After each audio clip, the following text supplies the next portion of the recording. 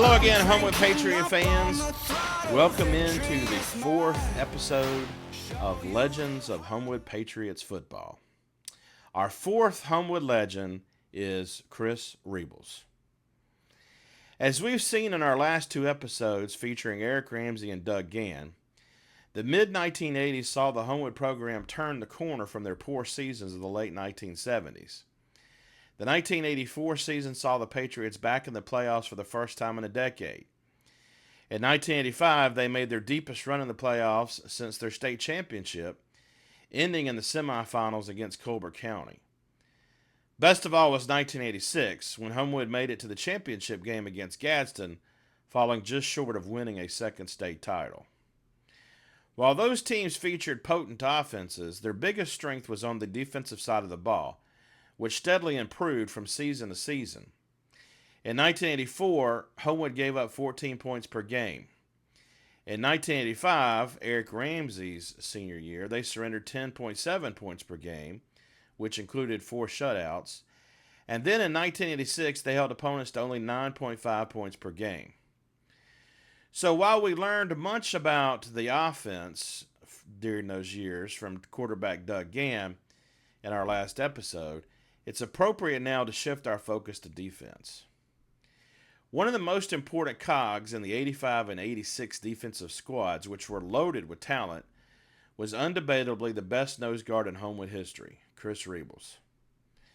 Those that were fortunate to see Chris play can attest to the fact that he was a force of nature on the defensive side of the ball, pretty much incapable of being blocked and living in the backfields of Homewood's opponents. But what made Reebals even more joyful to watch was that he had a body type that was extremely atypical for a nose guard fighting it out in the depths of the trenches. He was listed as standing 5 feet 10 inches tall, but that's stretching the tape a little bit. Chris usually was dwarfed by the other men on the lines and looked to be in over his head. That wasn't until the ball was snapped. Chris was quick as a cat and probably quicker, getting off the ball faster than I've ever seen anyone in all my years of watching high school football, and I'm not exaggerating. Often opposing quarterbacks were tackled for loss by Chris before they had even taken more than 2 or 3 steps backwards from the line of scrimmage after the ball was snapped. So in those days, when quarterbacks got under center, what I mean is that as soon as the ball was snapped from the center to the quarterback and he began to quickly backpedal, he would take 1, 2, maybe a third quick step back before Chris, usually completely unblocked because he was so fast, would come busting through the line and just drill that quarterback. I can't tell you how many times we saw that during Chris's playing days. But Chris wasn't just fast, he was also strong. His senior year, he won the Alabama State Championship in wrestling, utilizing not only his speed, but tremendous leg and upper body strength. That combination of power and balance also served him well fighting it out on the defensive line.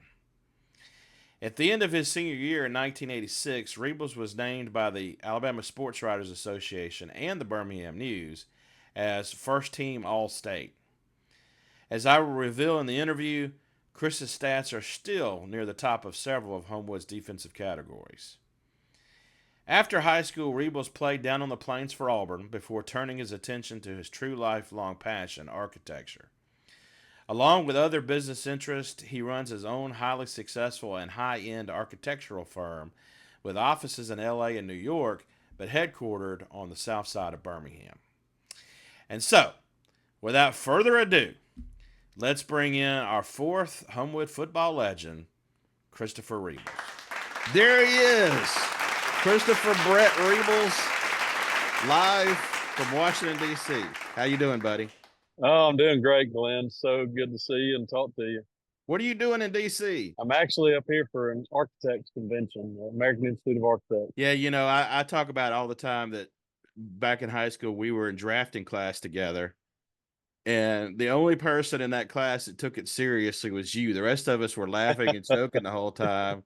And you were the only one taking it serious. And then now, you know, look at you, big time architect. So did you? It's true story. I did enjoy it. And Archie Duncan was a fun guy. And of course, we had a blast with you and Burke in the class and Yeah, Scott several others. Latham was Scott in there. Latham, yeah, Yeah, yeah. yeah. And I think Waller was in their class too, if I'm He not was at one point, yeah. mistaken. Yeah. John Watkins, yeah, we had Yeah, a few. yeah. Well, I don't want to waste anybody's time or your time. So let me just jump right into the questions here. Tell us about your family's venture from Australia to Homewood, Alabama. How did that all go down? Yeah, well, my mom is from uh, a suburb of Sydney, Australia, and she moved over to the States in her early 20s with some friends, girlfriends, just traveling around the world. Um, but she landed in Chesapeake, Virginia. My dad was working as a crane operator on the Chesapeake Bay Bridge tunnel project, and every day he'd walk in, and she was a secretary at the front, and eventually they connected and got married, and there you go. So how did So they we wind got up a in Homewood? well, my dad was a crane operator in Chesapeake. Went down to help build the assembly plant in Cape Canaveral, Cocoa Beach, where they built the Apollo rockets. Ooh. And was a union guy, and ended up getting a job with the federal government as a labor management negotiator. And they transferred him, of all places, to Birmingham, Alabama. He could either move to Honolulu, Hawaii, or Birmingham, and for some reason he Boy, selected that was a heck, of, Birmingham. And that was yeah, a heck of a choice. yeah. So, 1976, he moved into the house in Homewood that I grew up in. 76. When did you start playing football? You know, Glenn, I played in Little League, and I played in the Homewood system, and with like Sam Graffis as a coach, and Ted Graffis played with me, and several other guys that ended up playing in high school. But sixth grade, you had to decide whether you're going to play in the Little League system or the middle school system. I weighed about 60 pounds. I was the guy that could get onto the scale and with all the pads on and couldn't move the scale. Yeah, you were pretty small.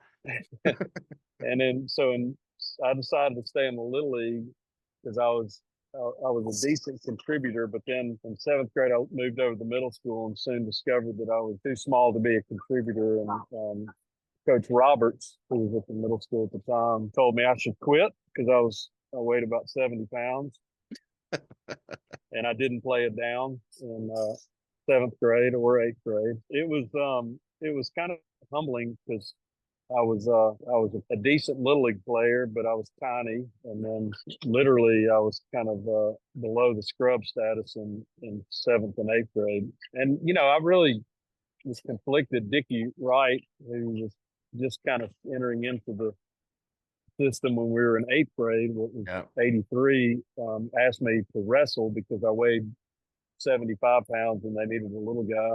And that was so I started wrestling with Coach Wright, and he said I should quit football and wrestle, but He I was kept also playing the head football. football coach at the middle school at that time, we should point He, out.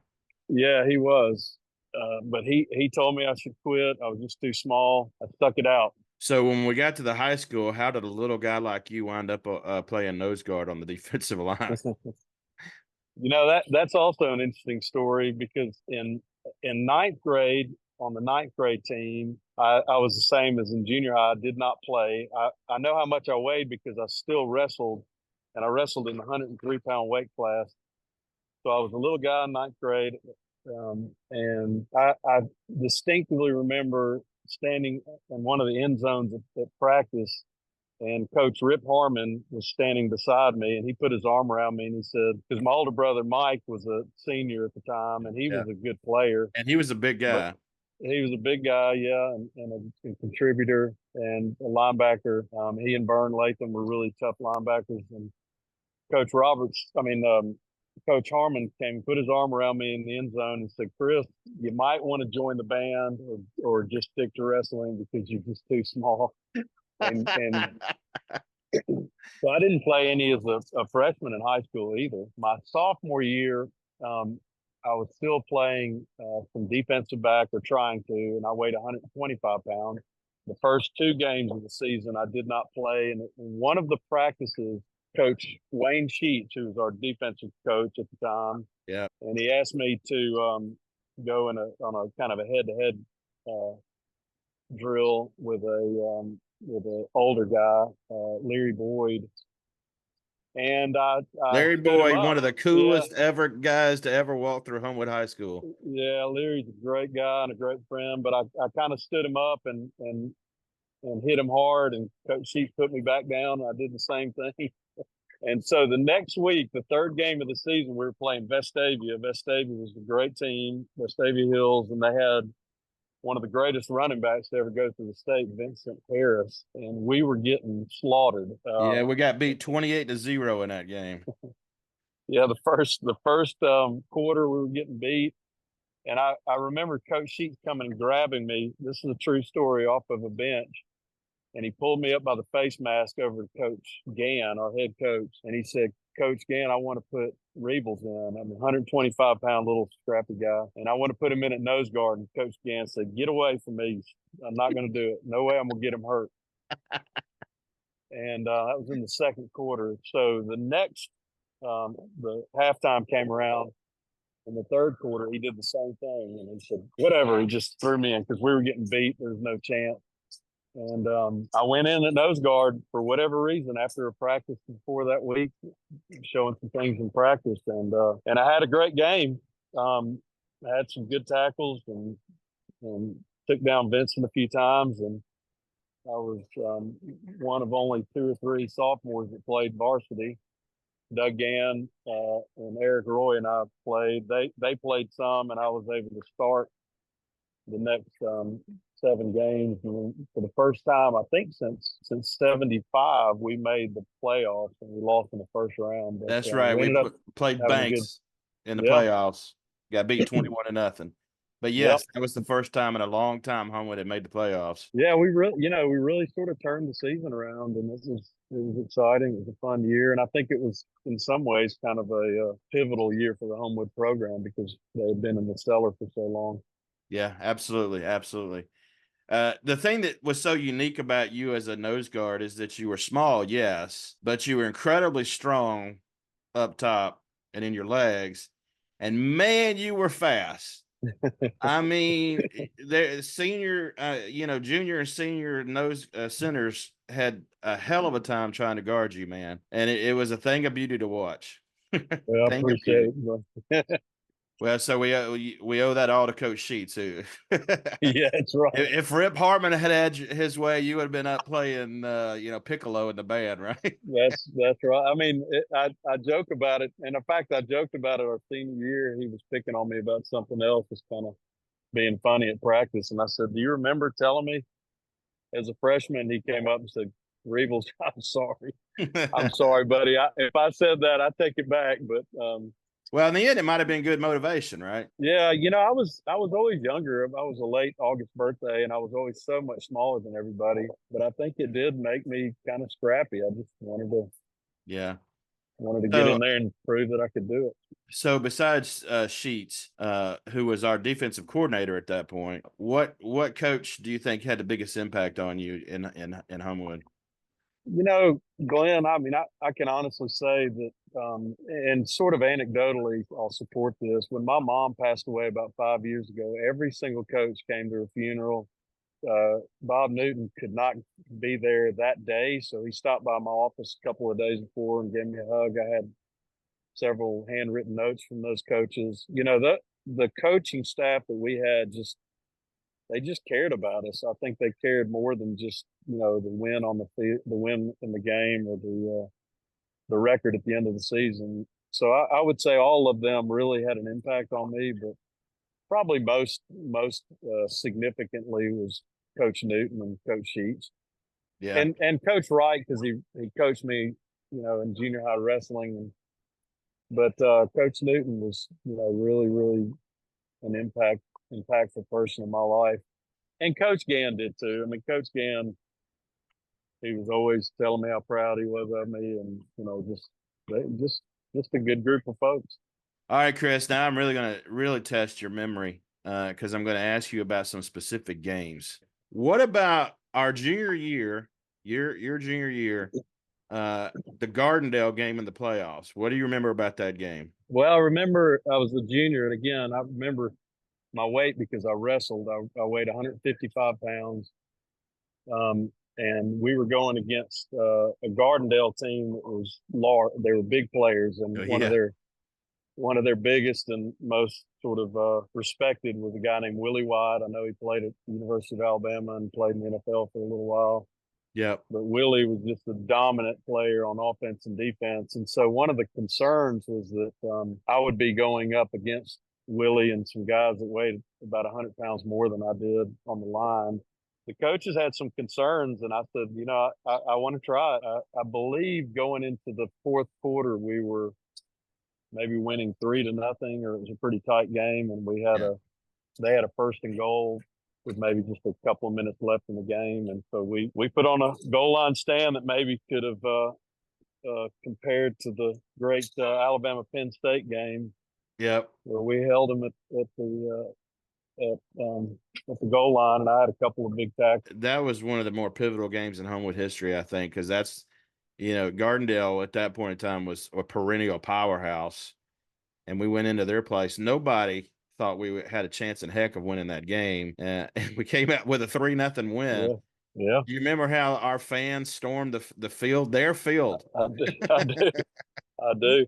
Yeah. Yeah. I mean, it's funny. There are memories that I have of high school that were just kind of etched in your brain, and that game was certainly one of them, because I do think for us it was sort of we proved that we could play with the big boys, and for me as a tiny little ant on the front line, that I could at least stand my ground, especially on the goal line. So it was fun. It was an amazing time. How about that same year, the Colbert County game at home that we lost 9-7 to end the season?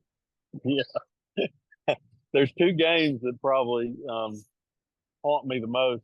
Obviously, the semifinals against Colbert County, and then the state championship our senior year. Yeah, I'm gonna ask you about that one coming up. Against Guess, and it was devastating. We went in and we're playing at home. We had won every away game. We kind of were touted as the team in white that year, playing a team that we felt like we could go up against, and I think with sort of all things equal, if it hadn't been a mud bowl and maybe some mistakes at the end, we would have won. But I think if I remember correctly, they had a great running back on the first play of the game. They scored, and then we shut them down.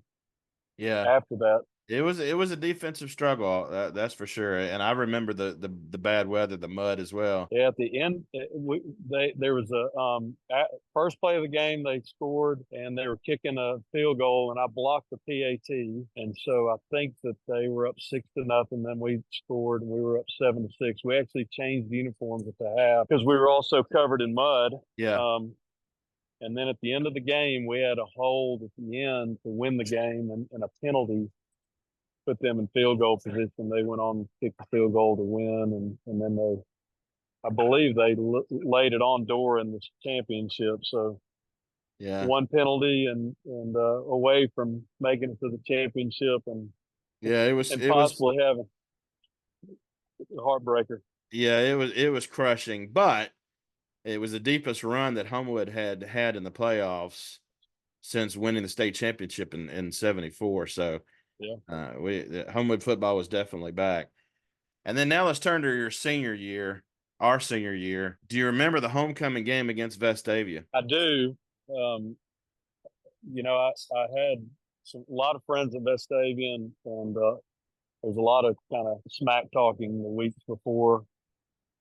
They were sort of the perennial powerhouse, division higher than we were, and we had lost a lot of athletes between our junior and senior year. So we went into the senior year with not a whole lot of outside expectations. We believed in ourselves, but it was a big game. It was a fun game, and we laid it on them. I saw Buddy Anderson after the game, and then a couple of years after that, he said, "Reebals, you were in the backfield more than some of our running backs." Well, that wasn't unusual. That wasn't unusual for you to be in the other team's backfield. Do you remember that I gave the defense that year a nickname? Do you remember what the nickname was? I do. Yeah, Indiana Reebals and the defensive dude. Defensive dude. Yep, I remember that.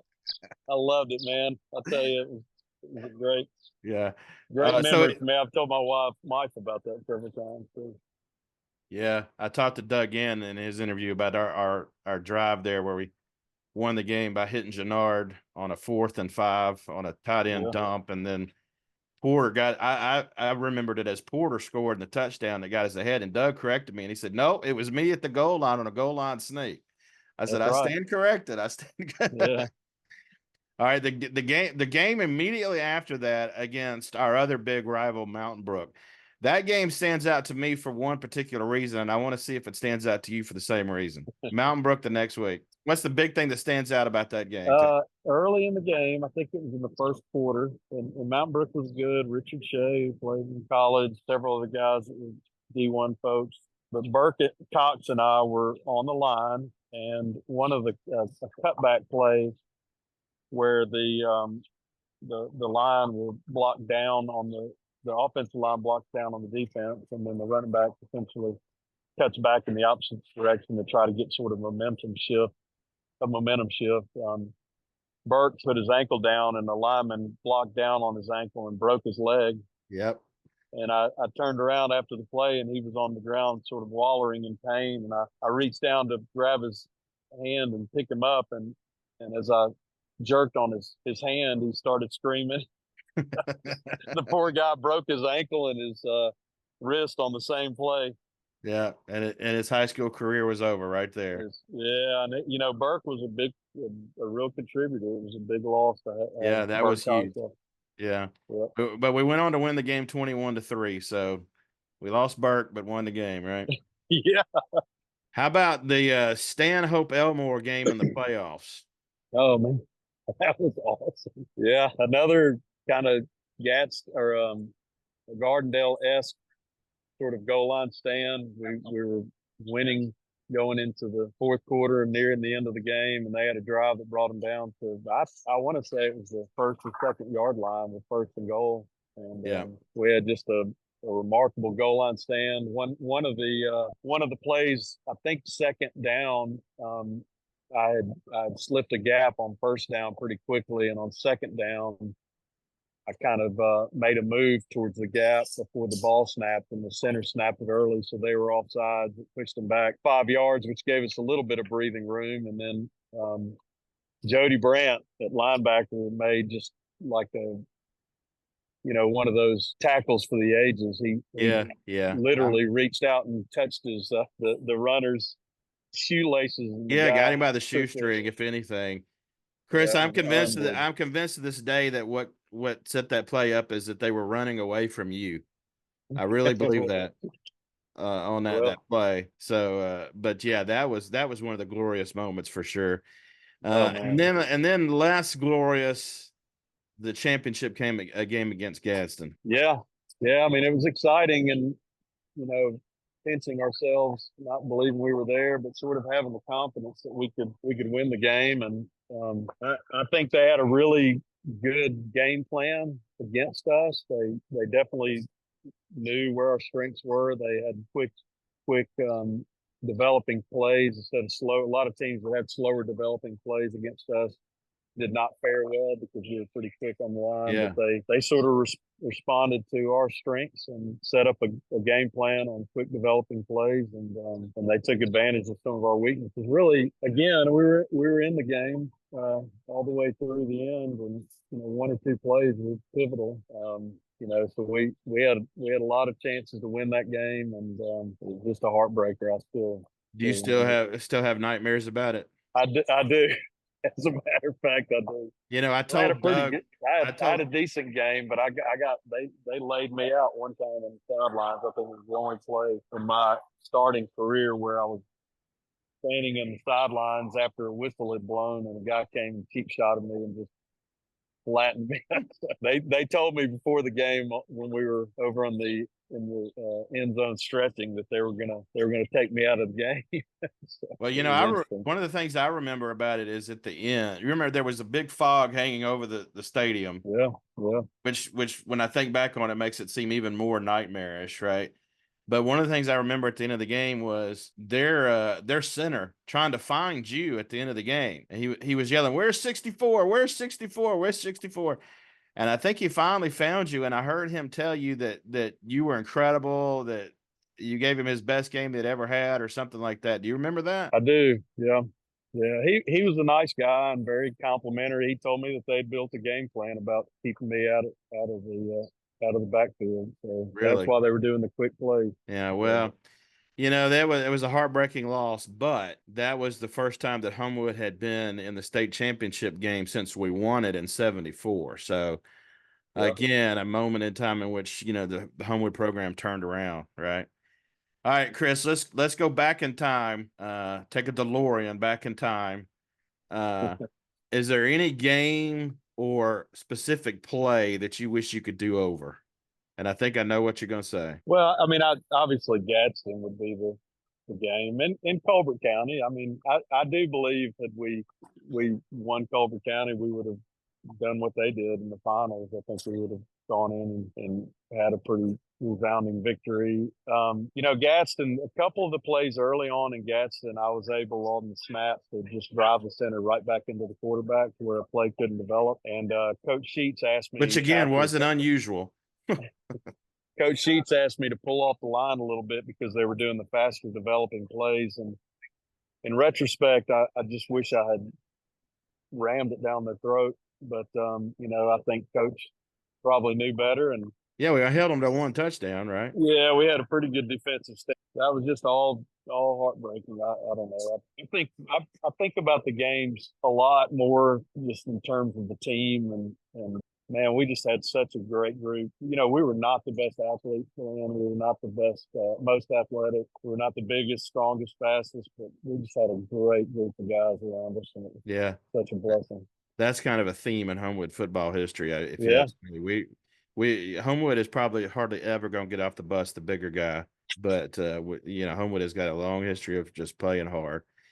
So, Chris, when you look back, what do you take the most pride and happiness in about your playing days in Homewood? I think that I just the teammates and the relationships that were forged and that still remain. Really the coaches that poured their lives into ours. I mean, I have told people countless times subsequent to that season of my life that those guys had as much impact on me as anybody. But the Doug Gans, the Eric Roys, the Jody Brants, the Bert Coxes, the Robert Porters. I mean, we just had such a great Scott Smith. We had just amazing group of guys that loved each other and were committed to each other. Even the guys that didn't play as much, and the guys that were superstars. John Durr was amazing. Went on to contribute, I think, at Sanford. Yeah, We just right. had a great group of guys. Craig Fine, Chris Gray played 17 years or 18 years in the NFL, but they were not. It wasn't about them. It was about the team, and I think it's something that probably had a bigger impact on me and the way I live my life and the way I run a business and the way I interact with my family than maybe just about anything. I tell my wife, who was a great student in high school and college. She was valedictorian everywhere she went as a doctorate. A lot like you, Glenn. She's just so smart.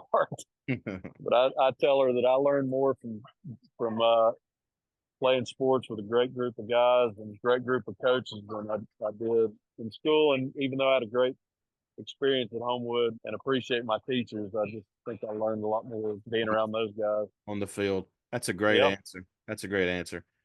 Speaking of college, you grew up an Alabama fan, you and I True. both, and then you walked on at Auburn. Yeah. And man, I gave you grief about that, if you recall. Yeah. And you Yeah. gave me such a great answer. You thought you had a better chance of playing at Auburn and Alabama, and I said, I can't believe you're going to be a traitor to Alabama. And your answer was, Glenn, I love football more than I love Alabama. Yeah. You remember Well, saying that? I do, and I still like Alabama fine, but and had a good experience at Auburn as well. Yeah. Speaking of that, I want to read you something that you wrote in my yearbook. You remember the graduation party was at your house Yeah. that night after graduation, you remember? And Yep. you wrote in my yearbook, let me grab it here. You're talking about the fact that God has blessed us and hopefully God will continue to bless us throughout our life. And you said, look at what God's already blessed us with. Our diploma from Homewood. I would not want that diploma to be from, say, Vestavia or Mountain Brook. That's right. True story. Yep. I love that. I love that. Oh, and I do want to point out at the very end of it, you said, "Come see me at Auburn," and then you scratched out Auburn and wrote "Roll Tide," and then put in parentheses, "I will never be a traitor to the Tide." I just want to Well, remind you of that. yeah, I still like Alabama. I still root for them. So even though I bleed orange and blue now, I quote. In fact, one of my the COO, the chief operating officer at our company, he gets mad at me because he went to Auburn. He said, "You got to get over your kind of sycophant love of Nick Saban." Because I quote Coach Saban all. I said, "Well, he's a winner, Yeah, and he's he a knows winner, how and to get it done." yeah, So he's a leader, that's for sure. that's right. Did you? Yep. Well, the only reason why you didn't get a college scholarship obviously was because of your size. That's the only reason. Did you ever see the field down at Auburn as a walk on? I was able to play a little bit on special teams, and I was able to contribute some at practice. I think I would have been able to play a good bit more my last 2 years. Guys that I was ahead of on the depth chart were starting after I left, and maybe one of my prouder moments at Auburn was running a 4.5 40 on an electronic clock and being one of the faster guys on the team. And so and maybe in my hubris, I think I would have been able to contribute the last couple of years that I've been able to continue to play. But at some point, I said, there's zero chance I'll make it to the NFL, and there's a decent chance that I could have a career as an architect if I finish this. So Yeah, well, I had to make a call. architecture's obviously been good for you. All right, Always Chris, wanted to do it. I want to do now. I don't want to take too much more of your time, but I want to do something now that I call neato stats. And these are neato stats about you. And I don't know if you know this or not. So first of all, you were first team All State your senior year by both the Alabama Sports Writers and the Birmingham News. You were the first defensive lineman in Homewood history to get that honor. Did you know that? I did not know that. No. Yeah, first defensive lineman to get named a first team All State. To this day, you're still second in Homewood history all time in tackles. Wow. 339 tackles in your career, still second all time in Homewood history. I did not know that either. I do know that I was smaller than the kicker on the All-State team. So Burke always gives me a hard time about that. Yeah. Well, your 1986 season, again, our senior season, is still fourth all time for tackles in a season at Homewood, 178. So you had 339 total tackles, which is second all time in Homewood, and your senior year is fourth all time in Homewood history, 178. Did you know that? I did not know You're the only player from the 1980s that's still in the top 10 in sacks at Homewood, which doesn't surprise me at all because, as we were saying, you were always in the backfield, always in the backfield. You're still second all time in Homewood history with sacks, 22 sacks over your career, still second all time in Homewood history. It's that. amazing, Did not isn't it? know that. Encouraging. Your 1986 season, again, our senior season, is still second all time with the number of sacks in a season. You had 13 sacks our senior year. And your junior year, 1985, is still eighth all time in Homewood history with 9. You had 9 our junior year. Did you know any of that? I knew none of that except for the All-State part. I remember that. Yeah, right. Well, when I first told you that I was naming you one of the Homewood legends, you sort of, humbly said, nah, but, those numbers are what they are, Chris. Those Yeah. numbers are what Thanks, they are. Glenn. Thanks, bro. Indiana Reebals and the defensive doom Yeah, still man. lives on in history, right? Yep. All right. Lastly, and then I'm going to let you go. I'm going to do this thing that I do with Coach Bergeson that I call rapid fire. And of course, I stole it from, other sports shows. You ready? Yeah. Who was your favorite teacher at Homewood? Not coach, Uh, teacher. yeah, probably Kathy Smith, Yeah. English. I was still sitting next to her at football games, just 5 years ago, about right at the time that she retired. She was still coming to all the games. Yeah. She's still awesome. Oh, I love it. Favorite subject? Maybe drafting. I was not a Yeah. great student, but I took it to the house with drafting and becoming an architect. That's right. Took it to the house. That's a great way of saying it. Yeah, we had so much fun in that classroom because there were so many of us that were really close friends in that classroom, and we drove him crazy. Yes, we did. Duncan drove Archibald Duncan. Archibald Duncan drove him crazy, and I just remember he got so mad one day that he was yelling at us, and he said, "Burr, Chris, everything you guys say, you're trying to make other people laugh." And then he turned to me and he said, "And Glenn, everything they say, you laugh at." That's awesome. I do vaguely remember that. Favorite food in the lunchroom? Katie, the lunchroom lady, pizza. Yeah, those little square pizzas. Yeah, we love them. Okay, Chris, the year is 1986. It's in the summer. You're cruising through Homewood on a Friday night. What's playing on your cassette deck? Maybe Men at Work, Land Down Under. Was that year? Yes. Gee, I wonder why you would like the Australian band. Yeah, given that I'm an Aussie citizen and my mom's from Australia. Yeah. That's a great answer. What would you have been driving? I was driving a redneck red Camaro that my mom worked 2 jobs to buy for me. God rest her soul. Yeah, I remember. Didn't you have those removable? Yeah, the T-tops. T-tops. Yeah, I couldn't think of it. Yeah, the removable T-tops. I remember that car. Yeah. Chris, some of the things that we did in cars, we're lucky to still be alive. You know it as well as I do. True. Where would you have been cruising to? Hoover Square, probably, or to the. We sometimes would go to that which I think was like the Pasquale's or something over in Valley Avenue, but I think Mr. Gaddy's. Mr. Gaddy's, that's right. Yep. Yeah, remember hanging out at Mr. Gaddy's after the games. I also remember driving in circles around Hoover Square. Yep. What was your favorite hangout? Mr. Gaddy's? I think one of my favorite hangouts was your basement. Yeah, probably just having people over. Would love doing that. Yeah, that pool table. Yeah. Yeah. Did you have a favorite? Spend the night over there all the time. They just crash, and I'd wake up on Saturday mornings, and my mom would scream from downstairs, "Who's down there? Do they want breakfast?" Yep. What was your favorite Homewood restaurant? Probably still to this day is Sam's Super Sandwiches. Yeah. I would literally great walk to Sam's Super Sandwiches when I was young. Yeah. Great answer. Great answer. Did you hang out much at the arcade room down there at the Green Springs Movie Theater?